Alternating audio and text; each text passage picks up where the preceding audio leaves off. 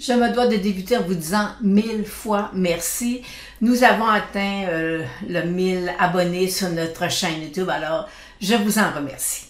Ce qui a retenu notre attention cette semaine, c'est l'indice des prix de la consommation qui était à 8,5 %. Alors, un petit peu en baisse là, par rapport au dernier était à 9,1 %. Alors, mais cette image-là, ça a été vraiment représentatif de ce que nous avons vécu. En mars, le marché était vraiment down de savoir qu'on avait l'inflation était aussi élevée. Et là, en juillet, ben, c'est le contraire, ça a amené une poussée de joie et d'enthousiasme sur les marchés. Alors, c'est juste pour vous dire que parfois, on peut faire dire ce qu'on veut à des chiffres. Alors, suite à l'indice des prix à la consommation qui monte beaucoup, vous avez devant vous là, un sac de pommes Gala. Alors, je vais vous raconter une petite histoire personnelle. Moi, je mange une pomme à tous les jours et mon conjoint qui fait les courses, elle m'achète un sac de pommes. Alors, il me dit, en février, il me dit, Lynn, il dit, le sac de pommes est rendu à 12 $. Ben voyons donc. Il était à 8 puis il était rendu à 12 $. Je dis, ça n'a pas de bon sens. Ça n'a pas de bon sens. Les pommes ont été cueillies l'automne passé. On ne peut pas avoir une majoration de 50 % parce que le prix du pétrole augmente.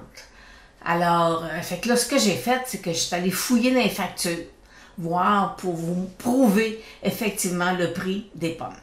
Alors, vous avez le prix de la facture, ça c'est celle de gauche, les pommes à 7,99, c'est du mois d'octobre, je pense que c'est le 28 octobre, et celle de la semaine passée, parce qu'il m'achète un sac de pommes aux 2 semaines. Alors, à 11, voyez-vous, on a une majoration de 50 % sur un sac de pommes. Là, je me dis, c'est impossible. Le pétrole ne peut pas nous apporter une augmentation de 50 % sur un sac de pommes. C'est impossible. Alors, je me dis, bon, ben, il y a collusion à quelque part. Là, tu dis, qu'est-ce qui se passe? T'sais? Alors, fait que c'est ça. Fait que, voyez-vous, on n'a aucun contrôle là-dessus. Alors, qui prend la marge de 50 % sur un sac de pommes? Bonne question. Il faut se poser la question, mais je pense que c'est à nos gouvernements peut-être de vérifier qu'est-ce qui se passe. Maintenant, allons voir qu'est-ce qui va retenir notre attention cette semaine au niveau des résultats des entreprises américaines et très peu canadiennes cette semaine. La ronde des résultats trimestriels tire à sa fin, surtout sur le marché américain. La semaine prochaine, l'autre semaine, on va commencer à voir les résultats des banques canadiennes. Alors ça va être intéressant.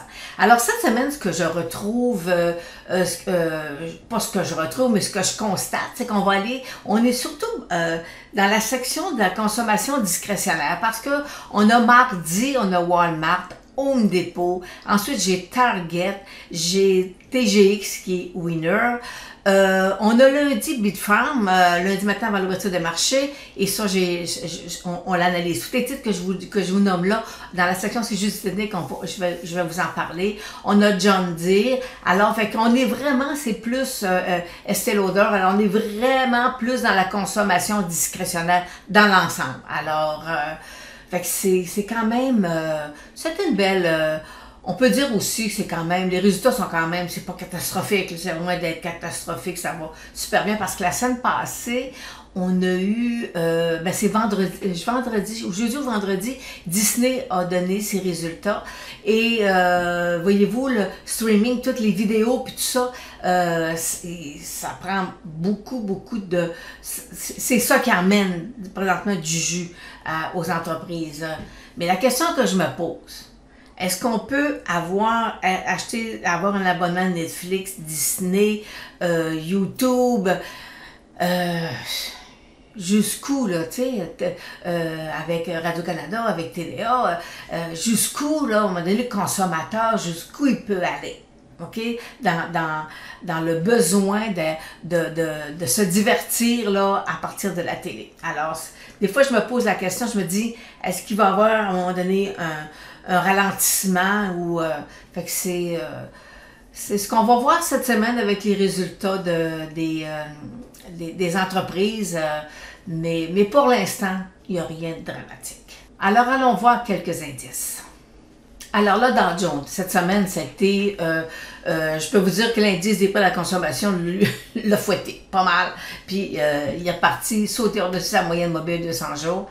La seule chose, le volume est bien ordinaire. OK? Alors, il n'y a pas de quoi à s'énerver. Et là, ici, la 34 000, il y a un mur devant lui. Alors, c'est ça. Fait que c'est... le 2 semaines, je vous mentionnais qu'il y avait... c'était pas facile, là. C'était au niveau de l'astrologie, là. Il y avait des deux semaines quand même de pas... qui n'étaient pas... qui était up and down, et là, on va rentrer dans est-ce que ça passe ou ça casse, okay? Est-ce qu'il passe par-dessus, ça va lui prendre du volume pour traverser, mais on se doit dire quand même que le marché, les entreprises, là, il n'y a rien de dramatique. Alors, fait que là, présentement, on est dans un couloir entre 29 500 et 34 000. Le Nasdaq qui avait perdu presque 34% là, depuis novembre. Alors là, il fait un bon rebond. On avait un beau triangle ici. Il est sorti. Alors là, c'est sa moyenne mobile de 200 jours qui devrait freiner. On est dans des zones de surachat. Alors, je ne penserais pas, moi, qu'on aille bien loin. Là, en tout cas. Mais il va y avoir beaucoup de... Il y a beaucoup de volatilité qui va arriver. Là. En tout cas, je pense qu'on va avoir on peut avoir des bonnes hausses suivies de bonnes baisses, puis ça va être assez, ça va être volatile. Alors, fait qu'on on se met des stops, hein, on surveille tranquillement là, nos titres, mais on a quand même bien fait. Il y a des titres, il y a beaucoup de titres en phase 1 qui proviennent du Nasdaq, alors qui sont en accumulation, qui devraient nous donner les rendements en 2023-2024. Alors, allons voir maintenant les commodités. Alors, on voit que le Bitcoin, c'est le BTC, c'est pas facile. Alors, on voit ici, là, si je trace une ligne là, ici, là, on est dans un couloir haussier qui, généralement, devrait nous donner une baisse. Avec une moyenne mobile de 100 jours baissière. Alors, c'est pas donné, c'est pas facile pour le BTC. L'or aussi se maintient sous sa moyenne mobile de 100 jours. On a eu quand même un bon rebond. On a eu ici là, 3 jours d'indécision. On a quand même un bon rebond. Mais la moyenne mobile de 100 jours n'est pas encore traversée. Alors, il faut être prudent. Et là, on a le pétrole, le fameux pétrole. Alors, qui a bien fait, puis qui a rebondi. Moyenne mobile de 100 jours, il est venu la retester. On a eu une journée baissière vendredi. Alors, d'ici mercredi, on devrait voir s'il va descendre, s'il va poursuivre à la baisse. Parce que moi, j'ai une cible baissière avec la technique point and figure. Alors, faut le surveiller. Mais en tout cas, moi, personnellement, avec ce que je vois techniquement, avec les autres indicateurs, je serais très surprise que le pétrole reviennent au-dessus de sa moyenne mobile de 100 jours. Alors, puis d'ailleurs, on voit que les titres pétroliers, là, c'est pas... moi, j'ai beaucoup de cibles avec la technique point and figure qui sont baissières sur les titres de... Maintenant, là, on voit les titres qui vont déposer leurs résultats cette semaine. On va aller les examiner techniquement. Alors, on débute la semaine lundi avant l'ouverture des marchés avec le titre de Bitfarms. Bon, ce titre-là, mes clients qui sont présentement dans ma formation, le Graal boursier, ont eu ce titre-là avec la sortie hors de sa phase 1, ici-là. Et voyez-vous, on a quand même une belle appréciation là vendredi. Alors, c'était un beau titre. Alors, voyez-vous, c'est des phases 1, c'est ça.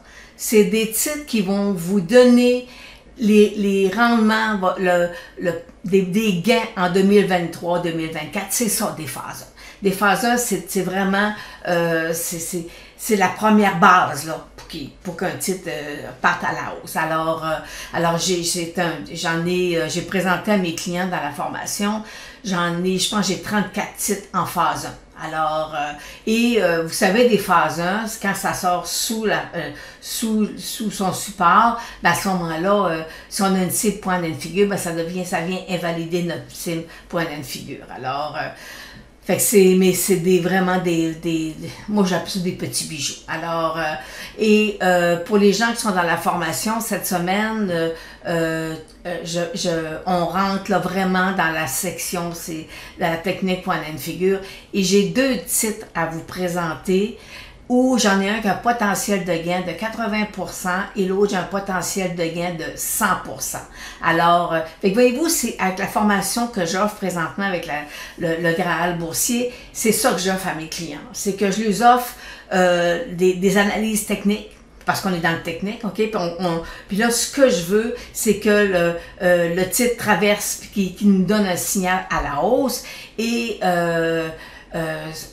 c'est aussi, je dépose un document sur notre plateforme web, fait que ça permet aux gens d'aller revoir, d'aller visionner la vidéo qui est liée à toutes les titres qui sont que je propose là. Parce que cette semaine, on est vraiment dans la technique point de figure avec des cibles à la hausse et des cibles possiblement à la baisse aussi. On a des titres qui sont quand même baissiers, mais ces titres-là, ça fait déjà presque un an qu'ils sont baissiers, là, qu'on a un signal de baisse. Alors, mais là, on est en train de travailler, c'est ce qui va nous emmener des gains là, dans 2024. Alors, c'est comme ça. Vous savez, moi, je suis un ancien courtier en valeur mobilière.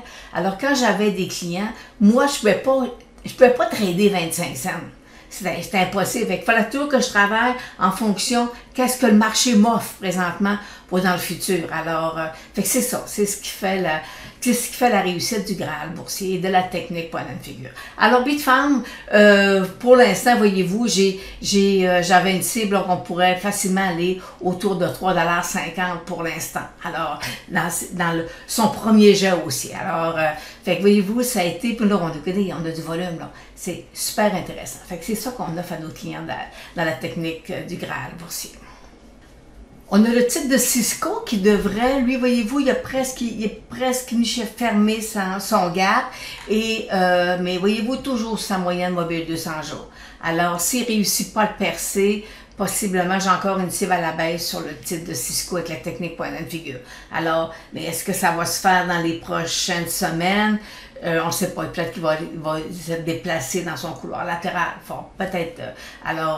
Mais pour l'instant, avec la moyenne mobile de 100 jours sa tête, ça me surprendrait qu'il perce prochainement. Alors dire, c'est vendredi de la semaine prochaine. Super de beau rebond ici sur son support, puis voyez-vous le support, un super de beau rebond sur il a cassé un support, il est venu refaire un autre, alors il a, mais oui, il a traversé au-dessus de sa moyenne mobile 200 jours, mais le volume est ordinaire. Je ne sais pas, il n'y a pas de quoi à se péter bretelles avec le volume. Alors, fait que est-ce qu'il va venir tester ici? Est-ce qu'il va revenir à la baisse? Présentement, on est dans une zone de surachat. Et là, je vous mets les trois indicateurs sur DIR et voyez-vous, les trois indicateurs sont dans la zone de surachat. Alors, je serais très surprise qu'ils viennent faire un nouveau sommet. Estée Lauder, voyez-vous, on est là, on est vraiment dans la consommation discrétionnaire. Alors, est-ce que la moyenne mobile 200 jours ici va la freiner? Pas freiner le titre, alors faut le surveiller, parce que si jamais il perçait, on pourrait facilement aller le revoir là, autour de 325 facilement. Alors, mais ça va lui prendre du volume.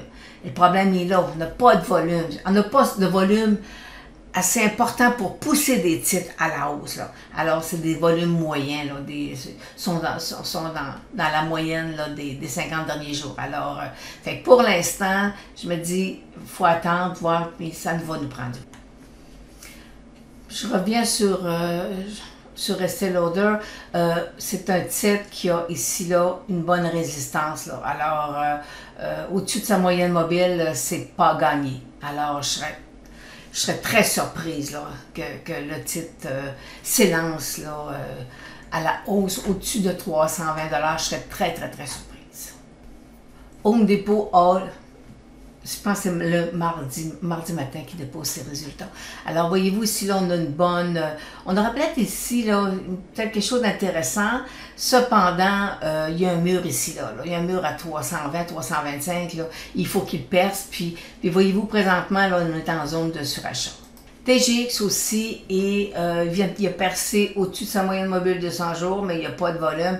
Et il fait face ici présentement à une zone de résistance. Alors, fait que c'est, je suis pas sûre non plus, même, je regarde là, mes autres graphiques là, parallèlement là, pour aller jusqu'à 70, ça va être un peu plus difficile.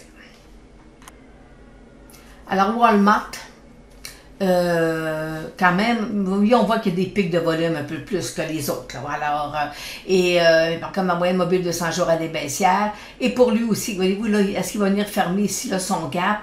Il y a ici une zone de résistance. Alors, c'est là qu'on va voir d'ici les prochaines semaines, est-ce qu'il va avoir assez de volume pour être capable de le pousser? Ce que j'en doute fort.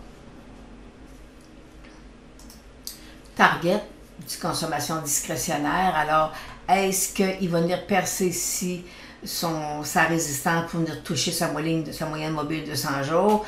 Ça va lui prendre aussi encore, voyez-vous, même lui, là, on n'a pas beaucoup, il n'y a pas de volume pour être capable de le pousser. Alors, le scénario le plus optimiste que je vois, c'est que le titre vienne toucher sa moyenne mobile de 100 jours, qui s'accumule, et après ça, qu'il vienne fermer son gap. Alors, c'est ce que je vois là, sur le titre de Target. Alors, on va terminer avec le dollar US. Voyez-vous, on est vraiment sur la ligne de tendance. Il y a une belle ligne de tendance haussière. Et là, ma moyenne mobile de 100 jours, elle est haussière. Alors, le dollar US là, devrait, là, s'il descend un peu, il pourrait venir se rasseoir ici. Là, mais pour l'instant, aussi, en tant que ma moyenne mobile de 100 jours, elle est haussière. Le dollar US a la force. Alors c'est ce qui termine présentement notre clin d'œil la semaine. Alors, si ça vous intéresse, la formation Le Graal boursier est toujours accessible parce qu'on dépose tout sur notre plateforme. Alors, vous pouvez vous y joindre en tout temps. Alors, sur ça, on se revoit la semaine prochaine.